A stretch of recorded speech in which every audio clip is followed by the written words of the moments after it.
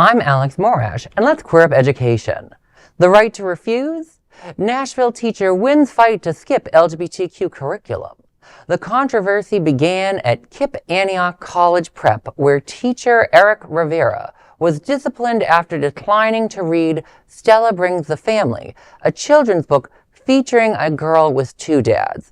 Citing his religious beliefs, Rivera had arranged for a colleague to read the book instead. However, school administrators initially issued a final warning, stating he must teach the curriculum with fidelity or face termination. Represented by the First Liberty Institute, Rivera argued that federal law requires religious accommodations in the workplace. This week, the school blinked, agreeing to clear Rivera's record and formally allowing teachers to opt out of materials that conflict with their convictions. While supporters call it a win for religious freedom, opponents worry this sets a concerning precedent.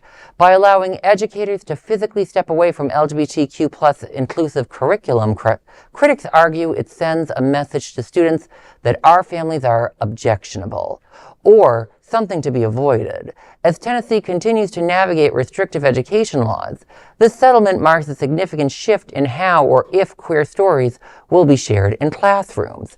Now, is this person a bigot? Of course he is. Of course he is. That being said, I get very concerned when an employer tries to compel speech on someone of any kind. And the fact, the fact that the Liberty Group is representing him means that we don't know what he really was trying to do or not do. They're a very shady group. But at the same time, if he clearly was trying to make sure that the job was handled appropriately, aka someone's going to make sure the criteria is taught, I think that's how you're supposed to handle it. I would love to know more it doesn't sound like a teachers union was involved in this, which is concerning as well, because normally you think the teachers union would represent someone in this situation, but still, it's a concerning story one way or the other. Well, apparently the book was approved as curriculum. Mm-hmm. So if that's, I hate to call it marching orders, but if that is the directive of the public school as an employer, no one should be exempt from that. It's tax dollars at work. There needs to be equal representation of many different families and acceptance. And again, the right wing trying to pull us back. Well, what if, let's say, the curriculum approved something about glorifying police and a teacher, a parent, or a sibling was killed by an officer, and they maybe didn't want to share the story? Should they be compelled to read that book?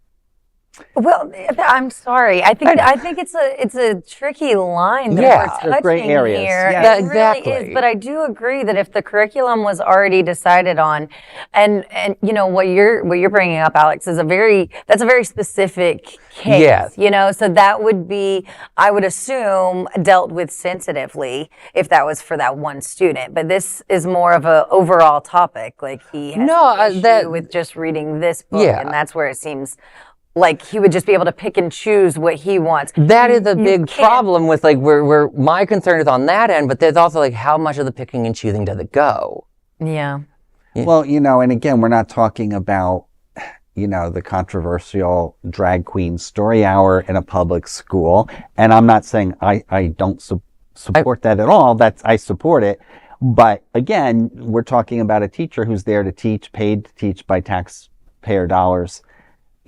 What's your issue? That is valid. And it comes down to bigotry. Yeah. Exactly. It does, in my opinion as well. I don't think that that's too much of an extremist book. I think that's a very nice, inclusive thing to bring awareness to. And not to make light of it, but we're not talking about, daddy goes out to the disco or mommy and her wife go to the women's festival. We're talking about a mom and to daddy model, and there's nothing wrong with that. Exactly. It's love. Love is love. Yeah. And that's our biggest message. That's exactly what we have to stand on. Oh yeah. And I just want people to understand that when it comes to am I for compelling teachers to dress in drag? Well, maybe. And that is an educational story. There is no other queer nonprofit media platform like this in the entire world. Support our LGBTQ stories by sharing them and subscribing to Queer News Tonight.